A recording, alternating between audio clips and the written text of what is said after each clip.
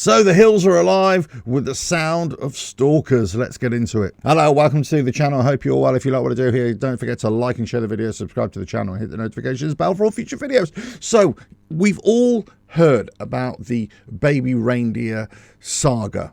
That's the show that's went on Netflix, and it's gone huge, gone viral all over the world. People are talking about the baby reindeer, baby reindeer. Then it soon developed into, well, who was the real person? Who were the real persons involved? Because this was always portrayed as a true story. This is a true story, right?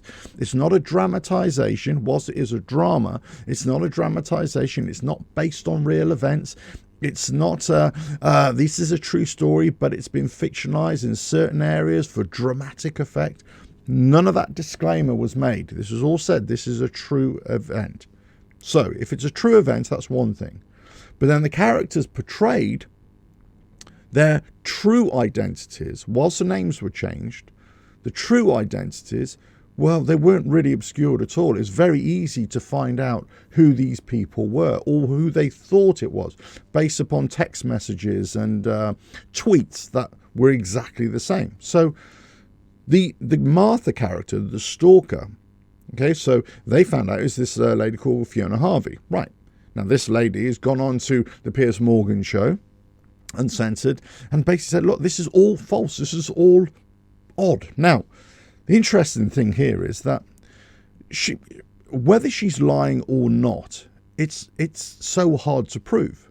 You know, there's so many experts saying, well, look at her body language. Look at, Piers Morgan saying, I think she's lying. And so she might be lying. We just don't know at this stage. But the fundamental truth or lie here is whether she was that lady depicted in the drama, and also did she do those things that she did or was depicted as doing in terms of sending all the messages, the stalking, the harassment, that kind of thing, and eventually did she get convicted and go to prison?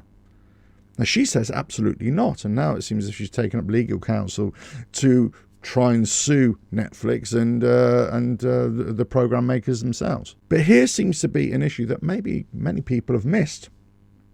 Perhaps the dramatization of this real event, this is a true story. Maybe the Martha character, whilst she kind of resembles the real life person, and their mannerisms may be the same, and maybe much of what is in her character was the real Fiona Harvey. Maybe that character, the Martha character, is also a montage, if you like, of many other characters and many other instances that might have happened. Maybe somebody really did get convicted for the stalking, but maybe it just wasn't her. Maybe it just wasn't the real life Martha character. Maybe it was somebody else.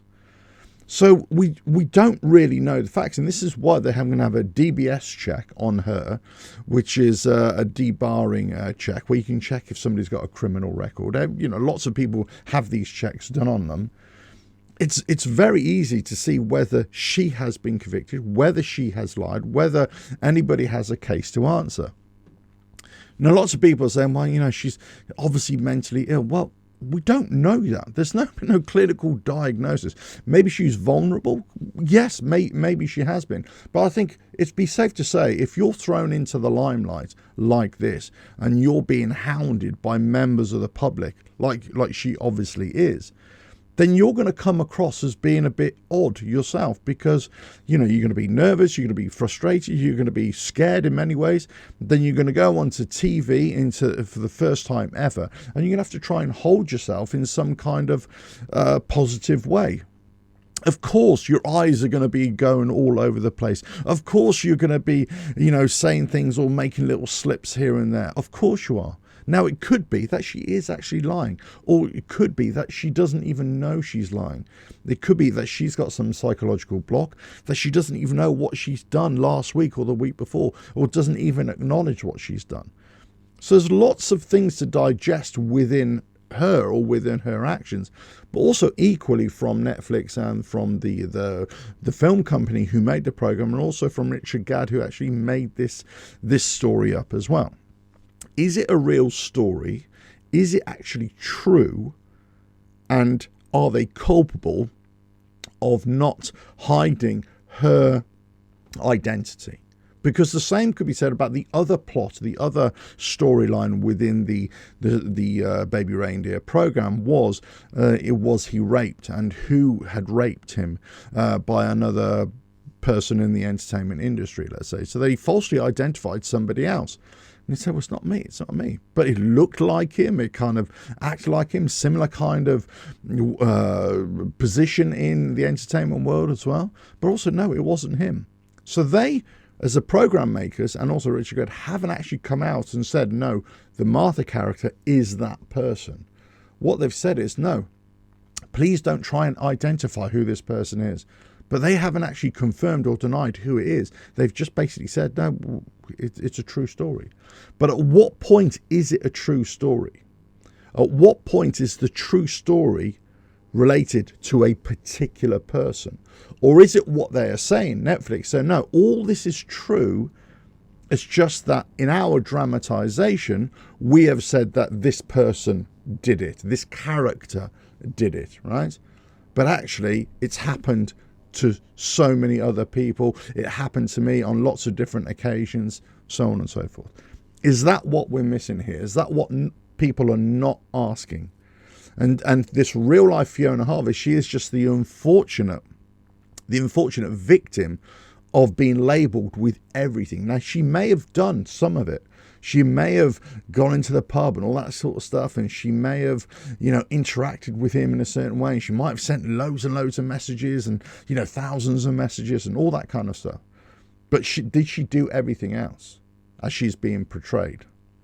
That's the key thing. And crucially, was she the one who was convicted and sent to prison? And was the previous story of her hounding a lawyer in Scotland and MP from Scotland as well, was that true, or were the facts that's kind of skewed there as well?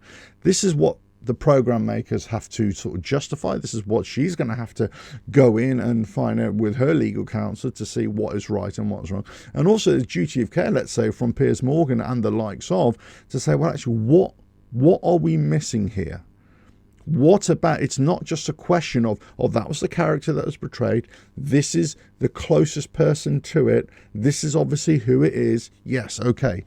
That's, she's right or she's wrong, or she's definitely that person. She definitely isn't that person. What, just based on physical appearance? What, and then a lame-ass kind of moving away from the subject by Piers Morgan when he said, oh no, you Scottish person? What? It's that was a really weak part from Piers Morgan, I thought. But they've missed the obvious thing here, that Netflix could, and Richard Gere as the writer and the actor, of course, could have just basically taken snapshots of other incidents and just labeled it into one character. The character who everybody is assuming, and yes, quite rightly so, I suppose, in many ways, could say, well, now this character sent all these messages, we've traced these messages to this person, therefore everything was on that person. And it might not necessarily be so. Let us know your thoughts in the comments below. But was the real life Martin, the Baby Reindeer, was she culpable for everything that went on? And is it actually true? Let us know your thoughts in the comments below. If you like what I do here, don't forget to like and share the video, subscribe to the channel, and hit the notifications bell for all future videos. And I will catch you again on another video coming very soon. Bye now.